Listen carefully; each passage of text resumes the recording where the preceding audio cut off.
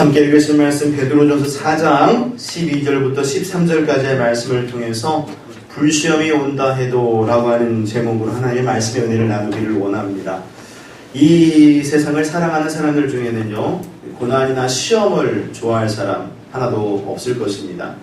되도록이면 평안하고 안정되게 살아가고 싶은 것이 사람들의 공통된 바람이지요. 또 하나님을 믿으면 그렇게 된다라고 우리는 믿고 있습니다. 그런데 오늘 말씀을 보시면 참으로 의아하고 납득이 안 되는 그런 말이 나옵니다. 그건 바로 우리의 삶에 우리를 연단하기 위한 불시험이 올 수 있다고 하기 때문입니다. 특히 여기 나오는 이 불시험, 영어로는 The Painful Trial인데요. 정말 불과 같은 그렇게 고통스러운 것을 이렇게 갖고 있는 어떤 시련을 말한다고 할 수가 있을 것입니다. 이 불은 모든 것을 태우고 묻어뜨리며 고통을 주는 것인데, 이 마치 불과 같이 정말 감당하기 힘든 어떤 큰 시련이 우리를 공격할 수 있다라고 하는 것이죠. 그러니 여러분 생각을 해보십시오. 하나님을 믿으면 당연히 이런 시험은 없어야 되고요. 언제나 우리들은 계속 잘 되면서 번성해야 된다라고 생각을 하게 되는데, 이런 시험이 온다고 하니까 어떻습니까?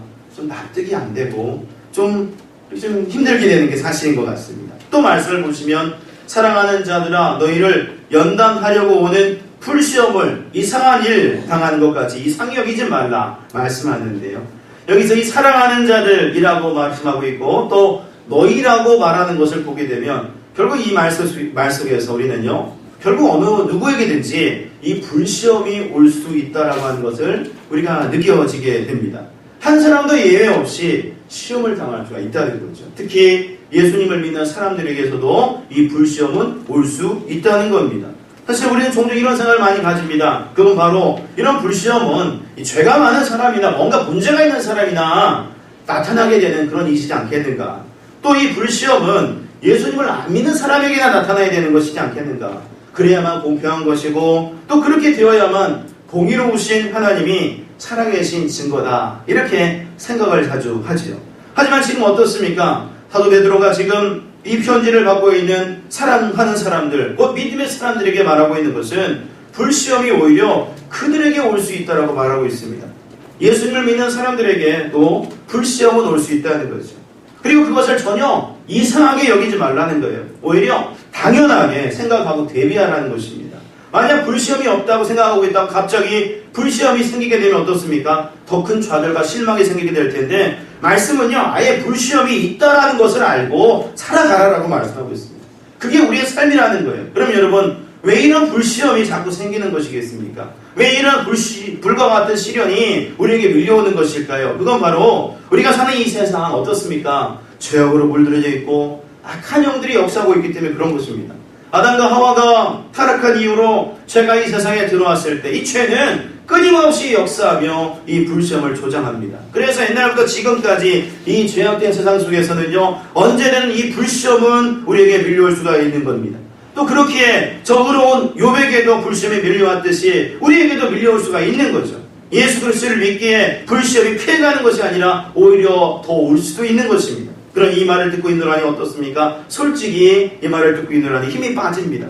또 이 말을 듣고 있느라니 이런 의문도 생깁니다. 과연 예수 그리스도를 믿는 믿음이 어떤 유익을 주는 것인가?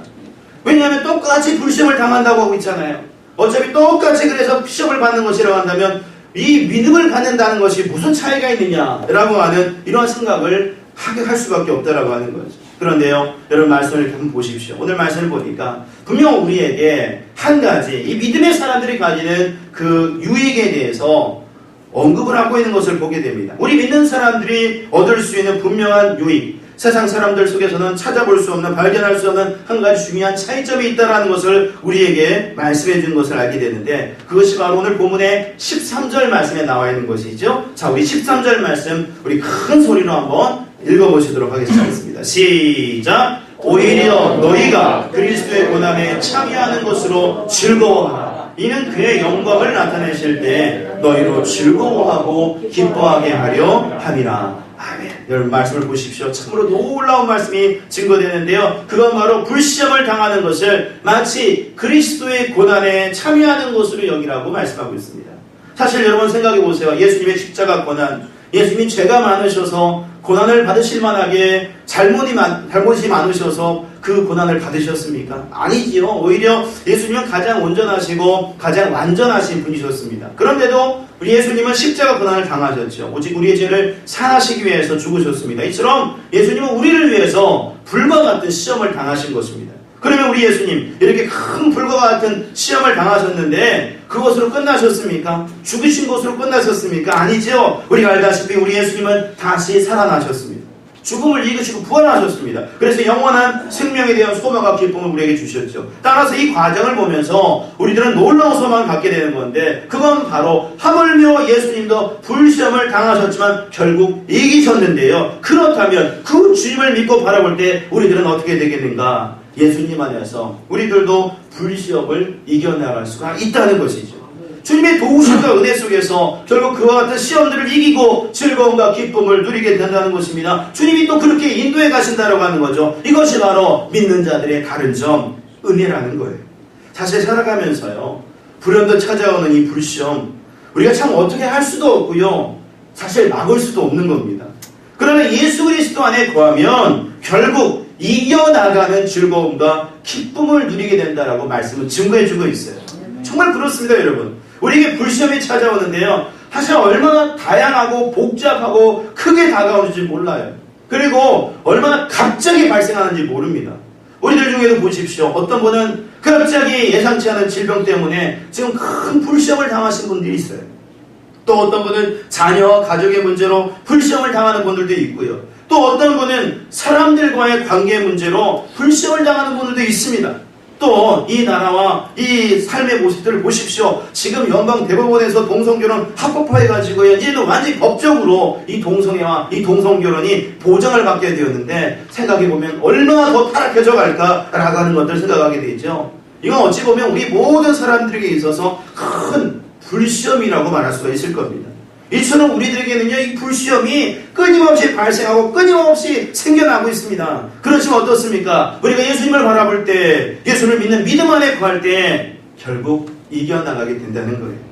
예수님이 고난을 이기신 것처럼 우리들도 이겨나갈 수가 있다는 거죠. 그런데 잘 보면 주님을 믿고 의지하면서 이 불시험을 이겨나갈 수가 있는 것을 우리가 알게 될 때 몇 가지 그 과정 속에서 주님을 믿고 나아가는 그런 믿음 안에서 몇 가지 우리가 행해야 될 아름다운 신앙의 모습이 있다는 것을 알게 됩니다.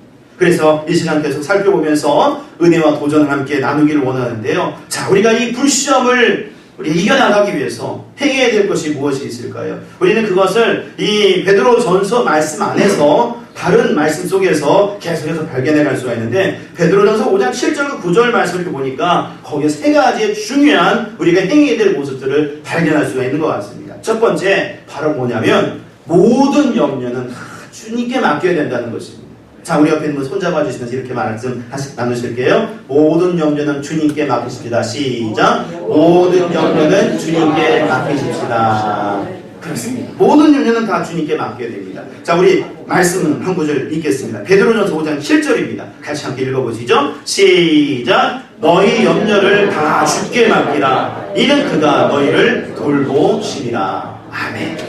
이런 말씀 보세요. 뭐라고 말씀하고 있습니까? 모든 염려를 다 주께 맡기라고 하죠. 그러면 주님께서 우리를 돌보셔서 이기게 하신다는 겁니다. 왜냐하면 이 염려는요, 절대로 주님이 원하시는 것이 아닐 텐데, 그래서 주님은 그 염려를 맡으시며 우리로 하여금 평안하게 하신다는 것입니다. 그런데 현실적으로 볼 때 어떻습니까? 특히 불시험이 밀려와서 때 어떻습니까? 자꾸 우리들이 안 그러려고 해도 염려하게 되는 게 사실이죠.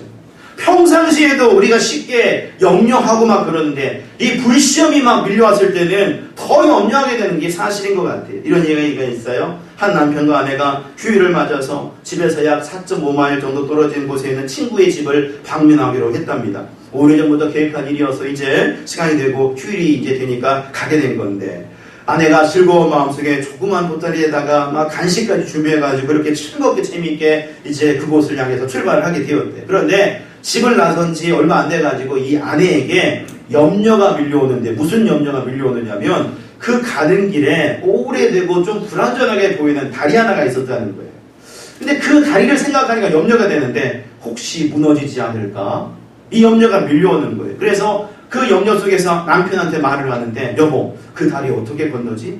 우리 혹시 그 다리를 건너지 못할 수도 있을 텐데 라고 하면서 이렇게 말을 하는 거예요. 그러니까 남편이 그 말을 듣고 걱정하지 마 이래야 되는데요. 그래 그 다리 깜빡 잊었구만. 그 다리 정말 위험한데 만약 다리가 부러져가지고 우리들이 물에 빠져 죽게 되면 어떻게 되지? 이렇게 말을 한 거예요. 그러니까 이 말을 듣는 아내가 또 뭐라 그러냐면 맞아요. 만약 그렇게 되면 아마 우리는 죽게 될 거고 아이들은 고아가 되겠죠. 만약 살아남아도 우리가 어디가 부러지든지 어디가 다쳐가지고 장애인이 될 가능성도 크고요. 정말 생각만 해도 끔찍해요. 막 커져가기 시작합니다. 그러니까 이 말을 듣는 남편이 한술 더 떠가지고 말하는데요. 그래 그러면 큰일 날 것 같아. 난 더 이상 일도 못할 것이고 우리 아이들은 다 굶어 죽게 될 거고 우리 다 죽게 될 거야. 그러면서 염려가 막 커져가지고요. 난리가 난 겁니다. 진짜 악몽과도 같은 소설을 쓰면서 둘이 가는 거죠. 근데 여러분 실제로 그 다리는 어땠을까요? 사실 그 다리는 이미 보수가 되어가지고요. 안전한 상태였어요. 튼튼하게 바뀌어져 있었다는 거죠. 아무런 염려를 하지 않아도 됐었습니다. 그런데 그 염려를 하기 시작하니까 정말 안 좋은 이야기, 비관적이고 슬픈 이야기가 막 커져가는 겁니다. 이처럼 염려는요. 쉽게 생겨날 수가 있고 우리를 안 좋게 만드는 거예요. 그런데 하물며 평상시에도 염려가 우리를 이렇게 만든다면 불시험 때는 오죽 더 하겠습니까? 그래서 주님은 바로 그런 우리들에게 이렇게 말씀하시는 겁니다. 모든 염려를 다 주님께 맡겨라. 주님께서 주관하실 테니까 그저 주님을 의지하고 맡기라는 거예요. 그러면 생각해 보십시오. 맡긴다고 했는데 어떻게 하면 잘 맡기겠습니까? 맡기는 모습이 뭘까요? 그것을 성경을 보니까 이렇게 잘 설명해 주셨습니다. 빌립보서 4장 6절과 7절 말씀인데 여러분 잘 아시는 말씀이고 참 은혜가 되는 말씀이에요. 도전이 되는 말씀입니다. 자, 스크린에 나와 있습니다. 우리 같이 함께 우리 읽어보시도록 하시죠. 빌립보서 4장 6절과 7절입니다. 시작! 아무것도 염려하지 말고 오직 모든 일에 기도와 간구로 너희 구할 것을 감사함으로 하나님께 아뢰라. 그리하면 모든 지각에 뛰어난 하나님의 평강이 그리스도 예수 안에서 너희 마음과 생각을 지키시리라. 아멘. 말씀 무엇을 증거합니까? 예, 그렇습니다. 아무것도 염려하지 말고 오직 모든 일을 기도와 간구로 하나님께 아뢰라고 합니다. 염려가 생기지 않도록 기도하라는 거예요. 간구하라는 거죠. 그러면 우리의 마음과 생각을 지키시는 하나님께서 결국 은혜로 이기게 하신다라고 하는 것입니다. 그러니 여러분 우리 안에 이 염려가 생겨나지 않도록 늘 기도에 힘쓰시는 저와 여러분들이 되시기를 주님의 이름으로 기원드립니다.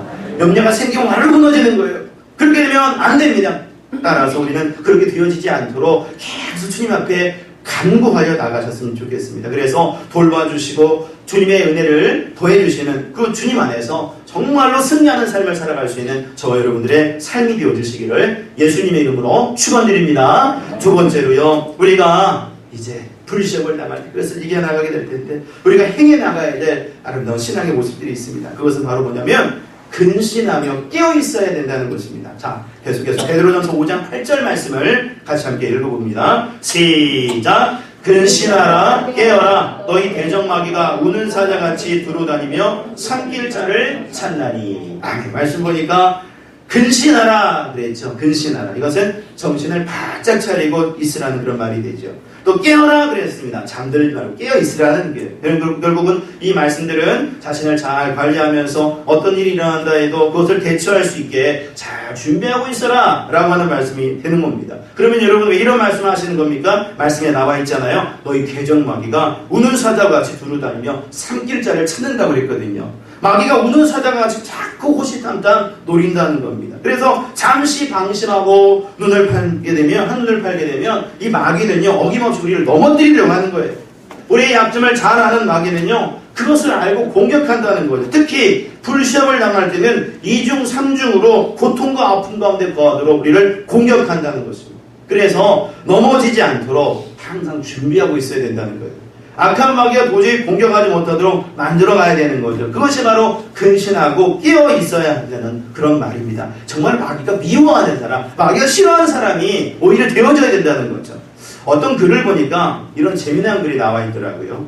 여러분, 의사가 제일 미워하는 사람이 누군지 아십니까? 의사가 제일 미워하는 사람. 그 사람은 바로 이런 사람이랍니다. 앓는이 죽겠다고 하는 사람이랍니다. 여러분 혹시 치과 의사가 제일 미워하는 사람이 누군지 아십니까? 바로 그 사람은요 이가 없으면 잇몸으로 씻는다고 하는 사람이에요. 여러분, 하늘사가 제일 미워하는 사람이 누구인지 아십니까? 예, 그 사람은 바로 여러분들도 자주 이 말 자주 사용하시는데 밥이 보약이야 하는 사람이랍니다. 산부인과 의사가 제일 미워하는 사람 누구인지 아십니까? 예, 그 사람은 바로 무자식이 상팔자라고 하는 사람이랍니다.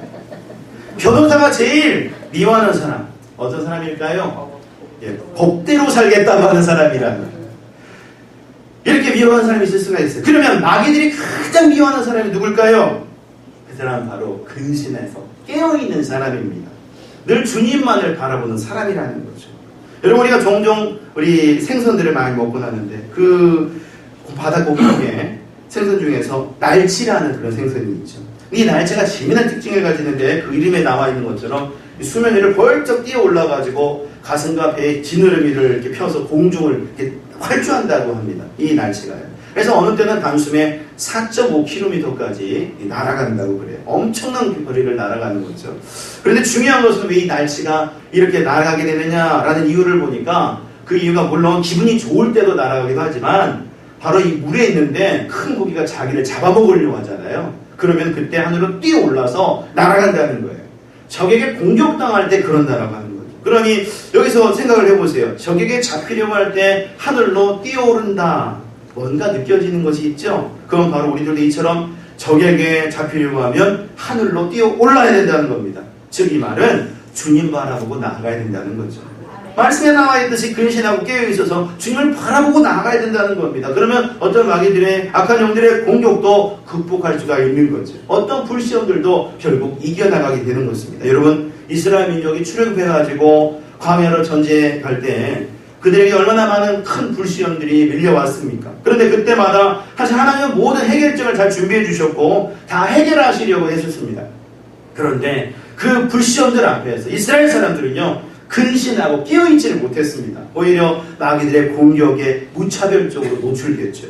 그래서 계속해서 뭐가 했느냐면 원망하고요, 불평하고요, 쉽게 우상에 빠지기도 하고요, 우상을 섬기기도 하고요, 그랬습니다. 따라서 이런 사실들을 보면서 우리들은 늘 근신하고 깨어있어서 우리 주님만을 바라보는 삶이 되어져야 될 줄로 믿습니다. 그래서 이 불시험을 이겨나가시고 주님의 은혜 가운데 거하시는 저와 여러분들의 삶이 되어지시기를 예수님의 이름으로 축원드립니다. 세 번째로요, 우리가 이 불시험을 이겨나가려 할 때 우리가 행해 나가야 될 또 한 가지의 모습이 있다면 그건 바로 믿음을 활용하며 나아가야 된다는 겁니다. 자, 우리 옆에 있는 분들하고 다시 한번 손 잡아주시면서 믿음을 활용하며 나아갑시다. 시작. 믿음을 활용하며 나아갑시다. 믿음을 활용하시라는 거예요. 자, 오늘 이 말씀 베드로전서 5장 9절 말씀을 계속해서 한번 보도록 하겠습니다. 베드로전서 5장 9절입니다. 함께 읽죠. 시작. 너희는 믿음을 굳건하게 하여 그를 대적하라. 이는 세상에 있는 너희 형제들도 동일한 고난을 당하는 줄을 알미라. 아멘. 말씀 보니까 이 세상에 있는 다른 믿음의 형제들도 고난을 받고 있다라고 말하고 있죠. 이 말은 모든 사람들이 다 동일한 모습을 보인다는 것인데 특히 불시험도 당하고 고난을 당하면서 때로 영적인 싸움을 펼친다는 말이 될 것입니다. 그러니 어떻습니까? 이 말씀을 보면서 우리들은 큰 위로와 평강을 얻을 수가 있는 것 같아요. 왜냐하면 만약 나 혼자만 불시험을 당한다라고 한다면 어떻습니까? 괜히 마음이 위축되고 슬퍼지게 되죠. 나만 차별받는다고 생각하니까 낙심이 될 수가 있습니다. 그런데 말씀은 모든 다른 사람들 똑같이 고난 가운데 거하고 있다고 말씀하고 있습니다. 나만 받는 것이 아니라는 거죠. 그래서 우리가 위로와 용기를 얻는데 곧 누구나 다 받는 불시험이기 때문에 이제는 이기는 방법을 알아서 그것을 이겨나가면 된다는 거죠. 그 방법이 무엇인가? 말씀은 이렇게 증거하는데요. 그것은 바로 너희는 믿음을 굳건하게 하여 그를 대적하라고 했습니다. 마귀를 대적하라는 거예요. 싸워서 이기라는 거죠. 절대 타협해서도 안 되고 절대 물러서지 말라는 것입니다. 오히려 반드시 마귀한테는 악착같이 이겨나가는 모습이 필요하다는 거죠. 여러분, 사실 사람끼리도 이렇게 다투게 되는 경우도 있고 그러잖아요. 그런데 사람끼리는 결국 어떻게 됩니까? 서로 화해하고 사랑하고 용서를 해야 되겠죠. 그렇게 하는 것이 주님이 기뻐하시는 모습이 될 것입니다. 그러나 이 마귀에게는요, 절대 그렇게 해서는 안 돼요. 반드시 싸워서 이겨야 되고 승리해야 되는데 어떻게 그것이 가능하느냐? 말씀에 나와 있듯이 믿음으로 굳건하게 하라 그랬거든요.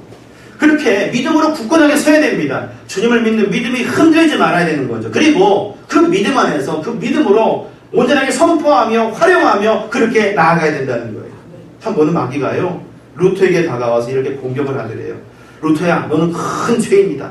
그러므로 너는 저주를 받을 것이다. 그러니까 루트가 이렇게 말을 했다고 합니다. 잠깐만 한 가지씩 말하자. 그래, 나는 큰 죄인이다. 내가 나에게 그렇게 말할 자격은 없지만 그 말만은 사실인 것 같다. 나는 그것을 인정한다. 그 다음이 뭐냐? 이렇게 말을 했죠. 그러니까 마귀가 말하기를, 그러므로 너는 저주를 받을 거다. 이렇게 말을 하더래요. 그러니까 이 루트가 하는 말이, 아니다. 그것은 말이 되지 않는다. 내가 큰 죄인이라는 것은 사실이다. 그러나 예수 그리스도께서 죄인을 구원하시기 위해서 오셨기 때문에 나는 구원받을 것이다. 나는 그 믿음이 있다. 그러니 어서 물러가라 그랬답니다. 그래서 이 루트의 고백에 따라서 이 마귀가 울면서 떠나갔다는 이야기가 있어요. 믿음을 활용하면서 선포하고 이겨나가니까요, 결국 마귀를 이기게 되었다라고 하는 것이죠. 여러분, 예수님은 요한복음 11장 40절에서 이렇게 말씀하셨습니다. 내가 믿으면 하나님의 영광을 본다.